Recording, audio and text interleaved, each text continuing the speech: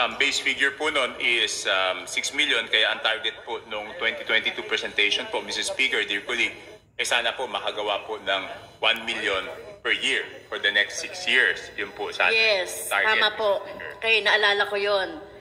At ang yabang-yabang pa ng Secretary ng DSUD na magbibuild daw ng 1 million na pabahay every year sa 6 na taon ni Presidente Marcos.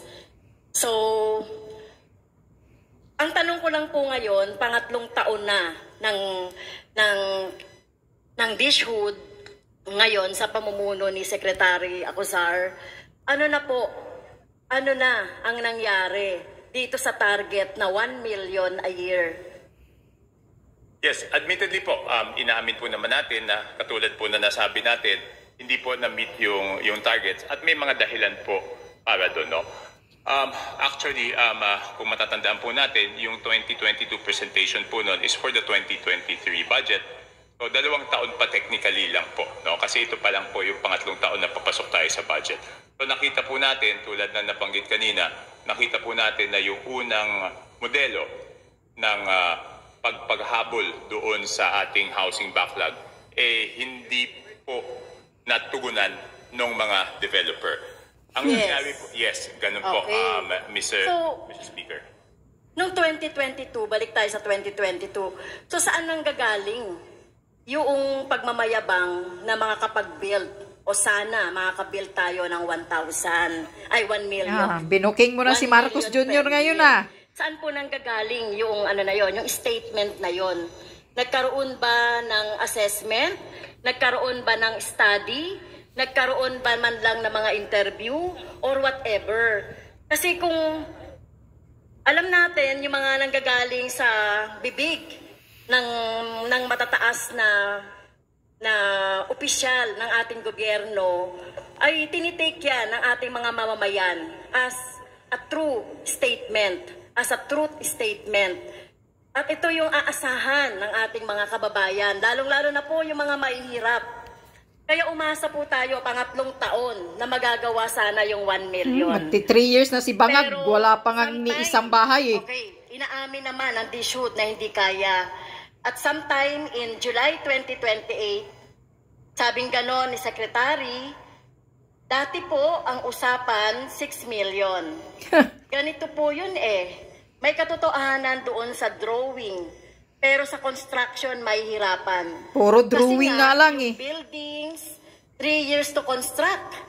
Pero yung latag, yung 6 million na mailalatag mo, with the land planning and funding through the private sector money, etc. So yun po yung sinabi, no? Nung July 2028. So ngayon nyo lang na-realize na yung pagbibuild pala ng mga bahay would take 3 years, di ba? So paano nyo may masasabi na sana nga makapag-build tayo ng 1 million? Kaya nga. Yung mismong secretary, alam niya as contractor or as businessman, as expert siguro sa pagpapatayo ng mga bahay, building, condominiums, na ganito katagal. So, sinasabi ko na failure. Nagkamali. Kasinungalingan. At hindi totoo etong 1 million a year. Yeah. So, inaamin yan ng DSUD. Okay, Mr. Chair. Yan. So, ibig sabihin, Mr. Chair, puntos ka rin dyan. iniisip noon, 2022, na business model ng DSUD ay hindi ito makatotohanan para tugunan yung pangangailangan sa ating mga mamamayan, maging anumang level yan ng economic conditions ng ating mga mamamayan. Okay, tama po ba? Yes, Mr. Speaker, ganito po yan. Na-realize po natin na may housing backlog tayo na 6 million, no? Which is, ang target po sana natin ay makapagsimula ng 1 million housing units per year. Hindi naman po yung delivery ng 1 million. Ang delivery ay hindi po start on the first year ng 1 million. Ang target po natin nun ay simula ng 2023 ay makapagsimula ng 1 million housing units, no? And yung optimism po was based on the fact na nakita yung problema. Ang problema, hindi mahahabol yung housing backlog po, Mr. Speaker, kung ang aasahan po natin ay yung GAA dahil hindi po sapat ang pondo para makapagtayo ng 1 million housing units. Kung ang pagbabasihan po natin ay yung pondong manggagaling sa GAA. Kaya po ang naisip po ng DSUD during that time is mag-iba po, tama po, ng business model na yun po maengganyo yung private sector, no? Na private developer. At katulad na nabanggit ko po kanina, Mr. Speaker, hindi nga naging madali ito para sa private sector developers. Kaya po, binabago po natin ngayon. Base po doon sa nakita nating pagkukulang o pagkakamali. Diba po? Kung hindi po umubra noon, sinusubukan naman po natin na baguhin po. At hindi natin hanggang kailan baguhin? Modelo na hindi po umubra. Mr. Puro kayo salita. Nagkamali ang DSUD, no? At sinasabi niyo rin ba na nagkamali din ang pagtansya ng ating Pangulo doon sa kakayanin na may build na mga housing projects para sa ating mga kababayan? And hindi naman po nagkamali sa pagtansya doon sa ang ating Pangulo, doon sa pagtatayo ng housing units. Dahil ito po ay base po doon sa sinisikap nating gawin. Base po doon sa kakayanan ng pondo po. Diba po? Di nga, kasi ang sinasabi po noong 2022, mismong si Presidente Marcos, sinasabi niya na magtutugunan at magbibuild tayo ng 1 million. Sa SUNA nga, pinagyayabang na. Ng DSUD. So ngayon, nagkamali tayo kasi sinasabi ng chief ng DSUD na ina-admit niya yung mga challenges in completing 6 million housing unit until 2028. Di po ba? Pagbubudo lang yan ni Marcos Bangag. Mr. Speaker, siyempre po, ang sinasabi po ng Pangulo ay yung nakikita niyang backlog, no? At siyempre po, inaatasan po ang departamento ng DSUD na habulin yung backlog na yan. So, kung hindi po naabot yung backlog na yan, hindi po naman pagkukulang ng presidente yun. Dahil na-realize naman po yung backlog. At sinusubukan naman pong hanapan ng paraan kung paano habulin po yung backlog, no? Hanapan ng paraan? Yun nga unang, kung hindi po kasi natin re-resolbahan ang problema ng pondo, wala po tayong masisimulang proyekto. Kung aasahan lang natin, yung laging inaasahan natin taon-taon na GAA, talagang hindi na natin mahahabol. Puro lang kayo pondo. Sa aspiration, hindi po natin matatarget yung 1 million housing units. Dito po sa pag-involve ng private sector, yan po ang nakita na maaring paraan kung paano ma-involve yung private sector para mahabol yung 1 million housing units. Nung nakita naman na nahihirapan yung private sector sa kanilang financing, tayo po ay gumagawa ulit ng paraan. So hindi po tayo maghihintong gumawa ng paraan para subukang mahabol itong housing backlog. Paraan ka lang hanggang matapos. Programang ito at ang 6 years. Dahil alam na lahat naman tayo ay may hangarin. Wala naman pong may gusto na hindi mahabol yung housing backlog, Mr. Speaker. Okay. So, ngayon po nagko-correct tayo, no, ng problema dahil very challenging talaga, no, yung tinarget o yung inisip na magawa na 6 million housing. Dahil ang business model natin, kung titignan ko yung business model, sa umpisa pa lang, no, noong 2022, nakita ko na yan, pabor na pabor yan sa private sector, ang priority, mga contractor, mga developer, bangko, at less lang yung kakayanan ng ating mga kababayan na makapagbayad dito sa housing na sinasabi, no? At so ano na po ba yung bagong target ngayon? 2025. So hindi na siya 6 million hanggang 2028. Ano na po yung panibagong target ngayon ng DSUD na ma-build na housing para sa ating mga mamamayan, lalong-lalo na po yung mga maralita? Mr. Speaker, ang target pa rin po ay mahabol yung backlog na 1 million, no? Ngayon po, kung ang tatanungin is ano po yung magagawa within 2024, request lang po ng 1 minute suspension, Mr. Speaker. Ay, Diyos ko po, wag na kayong umasa. Ha? Wag na kayong umasa. Ha? Yung panggagago, pangbubudol ni Bangag sa inyo para lang mayroon siyang maisabi sa SUNA niya. Tandaan nyo. Mag3 taon na si Bangag ngayon. Ni isang bahay, pabahay, wala. Tapos sinasabi dito, oh, may pabahay, 1 million a year. Imagine, ha?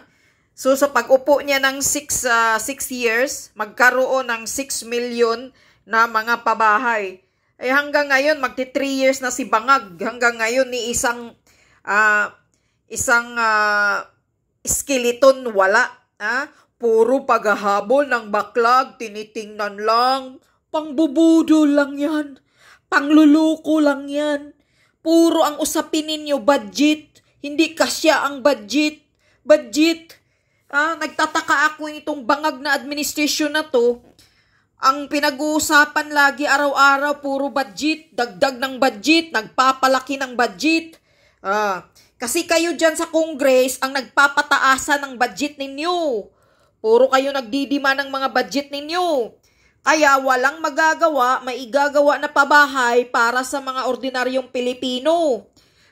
At least dito may punto ka, Franz Castro. May 1 point ka na ginawa mo yan. Binuking mo. Si Marcos Jr. na itong pabahay niya na 1 million a year ay isang kasinungalingan, isang failure. Isang hindi katotohanan. Isang pambubudo lang yan sa inyo para may masabi si Bangag sa suna niya. Yun lang naman kasi ang habol niya eh. So ano ngayon? Nga. Pero sa panahon ni PRRD noon, imagine, may pandemic pa. Sobrang talagang napakahigpit, napakahirap noong pandemic. Kailangan ng mga ayuda, ng mga suporta araw-araw sa mga mahihirap para lang may maibibili ng mga pagkain. Tapos napakalaki talaga dati ang kakailanganin na budget para makabili tayo ng mga kit, mga mask, kung ano pa sa mga nurses, yung mga panggamit lamang kasi talaga dati ng pandemic na virus na yun, 'di ba? Maraming namamatay. Pero bakit naipagawa pa ni PRRD ang mga pabahay, yung mga yung mga na biktima sa Marawi Seeds? Bakit napagawaan niya pa ng mga pabahay yung sa Marawi na ay ayos? Naaayos pa niya ang Marawi. Tingnan niyo. So ano to? Dahil isa lang ang sagot diyan. Sa panahon ni PRRD, kung mayroon bang nagkukurap, kung mayroon bang magnanakaw, hindi masyadong tulisan na katulad ngayon. Ngayon, marami ang tulisan sa panahon ni Bangag. Marami ang tulisan sa gobyerno. Kaya walang maipundar na para pabahay sa mga ordinaryong Pilipino. Puro panluluko, kasinungalingan. Kaya itong gobyerno ni Marcos Jr., mga taong bayan, wala talaga kayong maaasahan na maaayos pa ang buhay ninyo. Just imagine, magti 3 years na siya, ni isa wala siyang nagawa na para sa kabutihan, para sa kapakanan ninyo, mga ordinaryong Pilipino. Kundi ang ginagawa ni Tambaluslos, ginagamit ang mga pundo para sa pagpaipal niya, pagpasikat niya, para sumikat siya, ginagamit sa ayuda, para makikita ang kabuayahan ng mukha niya. Ang akala niya, pag nakapagsalita, 5,000 cash! Tangina mo, parang akala mo, pira mo. Pira ng mga taong bayan yan. Pira galing sa kaban ng bayan yan. Nayupak ka. Kaya wag kang magsalita ng ganyan. Para kang nagbibigay ng balato sa mga taong bayan. Lintik. Yan ang nagawa ng Marcos administration. Yung pamimigay ng pera. Diyan winawaldas ang mga budget. Pero ang magandang na para talaga sa katagalan, walang nagawa. Puro panluloko, pambubudol. Ano ba talagang maasahan nyo dito sa Marcos administration na maraming kawatan? talamak ang korupsyon. Isa-isa kabig lang, sa makapabor lang. O ngayon si Kimbo, ikaw party list Kimbo, kuwa, i-audit nyo nga si Kimbo, kunan nyo nga ng salin niya, kung saan galing ang mga kapritso niya, tanginang mga kapritso na yan. 175,000 lang palang sahod ng representative. 175,000 a month. Pero ang mga kapritso ni Kimbo, tag-iilang milyon. Ano kayo, kuwa? Yung mga ano niya, mga branded na ginayupak na, sabi pa nga ni Ado, Impacta. Impacta Kimbo. Yan, ganito. Kaya wala kayong maaasahan. Kaya talagang hilain nyo na yung walang kwintang bangag na yan. Tingnan nyo, nag-birthday. May Duran-Duran na concert. Maniwala ba kayo na sinusurprise siya ng Duran-Duran? Huwag kayong maniniwala dyan. Tumatandang mas sinungaling yung bangag na yan. Puno ng kasinungalingan yung hinayupak na yan. Hindi talaga ako maniniwala sa mga pinagsasabi ni Marcos Jr. Nakikita ko talaga sa pagmumukha niya na sobrang kasinungalingan. Pinakamatandang sinungaling. Yan. Niniwala kayo? Naniniregaluhan lang siya kaya nagpunta yung concert ng Duran-Duran. Tangina nyo. Alam mo yan. Wag mo ngang ululin, wag mong gaguhin, wag mong gawing tanga ang mga taong bayan dahil ikaw ang bangag. Wala ka na sa maayos na katinuan. Magkaparehas kayo ng asawa mong butod. Sana kayo ang bagyuhin, kidlatan kayo at mawala kayo sa mundong ito. Kidlatan sana kayo nga hinayupa kayo kundi pahirap ang binibigay mong gobyerno sa mga ordinaryong Pilipino. Wala kang ang nagawa sa mga bilihin na halos sobrang hirap na ang mga taong bayan sa lahat ng mga bilihin na sobrang mahal. Wala kang nagawa. Wala kang konsensya. Lumalamon kayo, nagpapakasasa kayo, nagpapakasarap kayo ng lamon sa birthday mo, Marcos Jr., pero hindi mo iniisip na ang mga ordinaryong Pilipino nagtitiis sa baha, sa ulan, wala ngang malamon sa isang araw. May nautak ka ba? May konsensya ka ba? Wala kang konsensya, hinayupa ka, na presidente ka. Yan ang katotohanan. Lamang ka lang ng isang paligo. Kay presidente ka, kung hindi, dahil kay Sara Duterte, ordinaryong tao ka rin din. Mabaho ka pa sa isang putik. Kasi noon, sabi pa ni Atty. Glenn Chong, noong hindi ka pa presidente, kahit nagbe-birthday ka noon, magingimbitar pa kayo, nangingimbita kayo ng kahit sino mga kakilala o kaibigan ninyo, walang magpupunta sa bahay ninyo. Meaning to binasura ka na ng mga taong bayan kaibigan mo noon. Ngayon lang, himod-puwit ang mga kupal dahil nakaupo kang presidente ka. So, lamang ka lang ng isang paligo, bangag. Kung hindi ka presidente, parehas lang tayo. Kaya wala talaga akong respeto sa'yo. Kasi wala kang nagawang kabutihan na para sa mga ordinaryong Pilipino. Puro pasakit, pahirap, wala kang konsensya. Basta kayo masaya dyan sa Malacanang, linggo-linggo, concert. Sana babagsak yung bahay, yung Malacanang na yan at madudurog kayo dyan. Madudurog kayo ng buhay. Wala kayong mga konsensya, wala kayong mga puso, wala kayong mga utak. Maraming mga taong nahihirapan ngayon, lalo na sa tag-ulan, sa baha ngayon.